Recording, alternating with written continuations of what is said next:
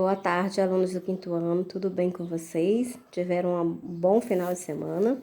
Bom, espero que sim, né? Eu deixei uma pequena atividade com vocês, né? Também quero fazer, registrando reações do corpo, né? Nós estamos vendo aqui algumas reações do nosso corpo. E está na página 49, vamos pegar o livrinho de vocês, página 49 e 50, para que a gente possa estar resolvendo, né, essa questãozinha aí. Bom, então, começa assim. O que acontece com seu corpo durante o esforço físico? Anote suas ideias. Bom, nós já tínhamos falado anteriormente, né? O que acontece? Bom, o que acontece é que a gente pode perceber que há uma reação, né? Uma frequência respiratória maior. Nós ficamos o quê? Bom, o nosso corpo, quando nós fazemos algum tipo de esforço, a gente fica com como? Ofegante, né? Respirando muitas vezes por segundo. E com isso nós temos que 3 questõezinhas da página 50 para que a gente possa estar fazendo essa conclusão. Pedi para que vocês medissem, né? Antes da atividade física, logo que terminasse a atividade física e 5 minutos depois. Então, cada um me mandou, né? E temos aqui a conclusão da primeira. Os valores da frequência cardíaca obtidos foram diferentes? Por quê? Sim, foram diferentes, lógico, né? Quando você está parado, você tem uma frequência. Quando você está se exercitando, tem outra. E quando você para, também você tem uma outra frequência, né? Aí, por quê? Bom, porque na atividade física o coração bateu, né? Mais rápido. E quando o corpo descansou, ele voltou à frequência cardíaca normal, não é? Bom, a segunda. A respiração também não permaneceu igual nos momentos de medição dos batimentos de cada um. Como você explica essa diferença? Bom, que a respiração ficou mais acelerada porque a necessidade de ar, né, que é o gás oxigênio, aumenta em situações de esforço físico, ou seja, quanto mais você se esforça, mais oxigênio o nosso corpo necessita, tá? A terceira, a resposta que você deu à pergunta do início desta sessão se confirmou? Bom, e aí, o que vocês acham? Bom, sim, né, que os movimentos respiratórios se aceleram para que o sangue, né, que chega até os pulmões receba o gás oxigênio. O coração também baterá mais rapidamente para que o sangue circule velozmente e leve às células o gás oxigênio, tá? Bom, então finalizamos a correção e hoje, né, nós vamos falar sobre um outro assunto, tá certo? Que é um tema de um projeto, certo? E esse tema nós veremos agora e seu conceito também. Biodiversidade. Tudo numa coisa só. Então, observe aí essa imagem, né? O que é que nós temos aí? Vários animais, pessoas, plantas, né? Nós temos muitas coisas, muitas imagens numa só. Quer dizer, tudo numa coisa só. Tudo depende de um, tá? Bom, nós vamos ver nessa semana falar um pouquinho sobre a biodiversidade. E aí eu pergunto a vocês, o que é biodiversidade? Bom, aqui no dicionário, né, eu peguei 3 significados de biodiversidade. Diz o seguinte no primeiro: conjunto de todas as espécies de seres vivos existentes na biosfera, diversidade. Ou seja, um conjunto de todas as espécies, quer dizer, de seres vivos, como nós estamos falando de seres vivos, né? Outros significados que é o conjunto de todas as espécies de seres vivos existentes em determinada região ou época. É uma diversidade. E o terceiro significado diz que biodiversidade ou diversidade biológica pode ser definida como a variabilidade entre os seres vivos de todas as origens, a terrestre, a marinha e outros ecossistemas aquáticos e os complexos ecológicos dos quais fazem parte. Bom, ainda, né? O que é biodiversidade? Ainda com o mesmo tema de definição. Bom, o termo biodiversidade ou diversidade biológica descreve a riqueza e a variabilidade do mundo natural. As plantas, os animais e os micro-organismos fornecem, né, alimentos, remédios e boa parte da matéria-prima industrial consumida pelo ser humano. Bom, isso é interessante que vocês possam observar e entender, né, dessa palavra, definição, desse termo biodiversidade. Quer dizer, diversidade, quer dizer que são diversos biomas. E nós, todos os seres vivos, estão incluídos neles. Que um depende do outro, um precisa do outro. Bom, então, para entender o que é a biodiversidade, devemos considerar o termo em dois níveis diferentes.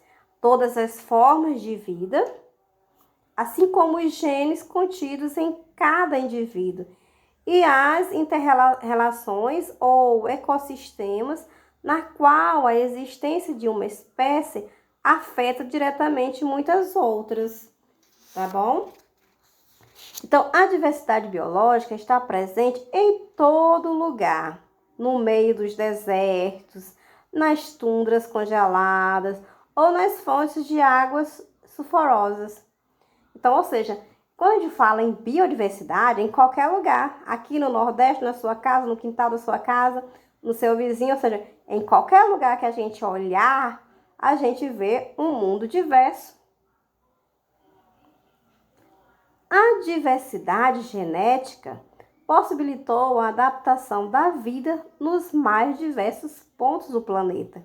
Ou seja, vivem pessoas nas partes frias, nas partes tropicais, como nós aqui, em regiões quentes, nos desertos, ou seja, em todos os lugares do planeta, existem pessoas que se adaptaram àquele clima, àquela região e conseguem sobreviver naquele local. Tá? Então, por exemplo, estão na base dos ecossistemas. Como elas florescem com mais intensidade nas áreas úmidas e quentes, a maior diversidade é detectada nos trópicos, como é o caso da Amazônia e a sua excepcional vegetação. Como a gente vê, por que as pessoas querem tanto defender a Amazônia? Né? Por conta, né, da biodiversidade, da quantidade de espécies que existem lá, tanto de plantas como de animais. Né? Por quê? Porque o clima da Amazônia, ele favorece o crescimento, né, a existência de várias espécies. Bom, então, quantas espécies existem no mundo? Bom, não se sabe quantas espécies vegetais e animais existem no mundo. As estimativas variam de 10 e 50 milhões, mas até agora os cientistas classificaram e deram nome a somente 1,5 milhões de espécies. Entre os especialistas, o Brasil é considerado o país da megadiversidade. Né? A gente vê sempre nos jornais, né, falando sobre o fogo que queimou a floresta amazônica, que está acabando, que está destruindo, né? Então, isso a gente tem que ter cuidado, porque isso muda, né? Transforma. Então, aproximadamente 20% das espécies conhecidas no mundo estão aqui no Brasil, estão aqui na nossa Amazônia. É bastante divulgado, por exemplo, o potencial, né, terapêutico das plantas na Amazônia, ou seja, muitas indústrias, né, de farmacêuticas que fazem medicamentos, que produzem, eles encontram essa matéria-prima onde? Na Amazônia, porque lá há um grande número de plantas e tiveram a possibilidade de encontrar plantas que fazem bem, que curam alguns tipos de doenças. Bom, quais as principais ameaças à biodiversidade? Bom, que está, né, ameaçando? Bom, a poluição, como eu já falei, em relação às queimadas, né, a poluição do ar, ao uso excessivo dos recursos naturais, a expansão da fronteira agrícola, né, em detrimento dos habitats naturais, e a expansão urbana e industrial. Tudo isso está levando muitas espécies vegetais e animais à extinção. Bom, que é um tema que nós vamos falar mais um pouquinho sobre a extinção de vegetais e de animais na próxima aula, que é bastante interessante que a gente conheça e saiba o que está acontecendo. Então, a cada ano, aproximadamente, 17 milhões de hectares de florestas tropicais são desmatados, né? Como passa no Jornal Nacional quase todo dia, né? Nos jornais, passando essa questão do desmatamento.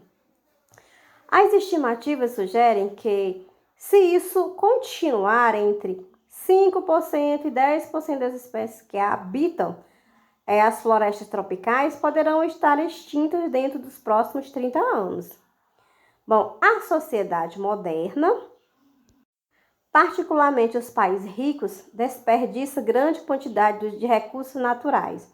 A elevada produção e uso de papel, por exemplo, é uma ameaça constante às florestas. Ou seja, porque o papel é de quê? Feito de quê? Feito das árvores, né? Então, é necessário que derrubem bastantes árvores para que produzam mais papel. Então, é importante a gente ter essa consciência. Bom, a exploração excessiva de algumas espécies também pode causar a sua complexa extinção. Por causa do uso medicinal de chifre de rinocerontes em Sumatra e em Java, por exemplo, o animal foi caçado até o limiar, da extinção. Bom, então a poluição é uma outra grave ameaça à biodiversidade do planeta. Na Suécia, a poluição e a acidez das águas impede a sobrevivência de peixes e plantas em 4.000 lagos do país. A introdução de espécies animais e vegetais em diferentes ecossistemas também pode ser prejudicial, pois acaba colocando em risco a biodiversidade de toda uma área e região, ou um país. Nós temos aqui um exemplo, que é um caso bem conhecido, que é o da importação do sapo cururu, que é esse sapo que nós temos aqui no terreiro, pelo governo da Austrália. O que foi que aconteceu lá? Bom, com o objetivo de controlar uma peste nas plantações de cana-de-açúcar no nordeste do país, o governo de lá resolveu exportar o sapo cururu, daqui e levar para lá, porque lá não tinha. Aí o que foi que aconteceu? Aconteceu o inverso, o contrário. Ele queria controlar uma espécie, porque os sapos eles comem insetos, só que não aconteceu isso.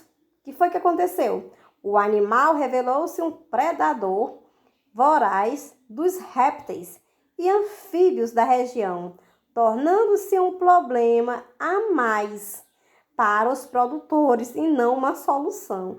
Olha só o que foi que aconteceu. Aconteceu um desequilíbrio, dentro daquela região. Ao invés dele ele resolver um problema, ele causou um outro maior. Então, temos que ter cuidado de pegar um animal de uma região e levar para outra, porque pode acontecer isso. Bom, então, a perda da biodiversidade. O que é que pode acontecer se nós perdermos, essa nossa diversidade? Diz o seguinte, que a perda da biodiversidade é um problema que vem ocorrendo em todo o mundo, não é só uma coisa aqui específica do Brasil, da Amazônia, como a gente vê bastante na televisão, em espécies nas regiões tropicais do globo. A diminuição da variedade de vida no planeta pode trazer consequências graves, uma vez que uma espécie que entra em extinção coloca em risco várias outras, uma vez que um organismo não vive isoladamente. Vocês já estudaram a cadeia alimentar, que um come o outro, que um se alimenta do outro, não é? Então, a partir do momento que algum animal daquela cadeia some, é extinto, aí causa grandes consequências, Bom, um dos maiores responsáveis pela perda da biodiversidade é o próprio homem, nós homens, né? Que em sua procura incessante por desenvolvimento e expansão de territórios afeta negativamente o meio ambiente.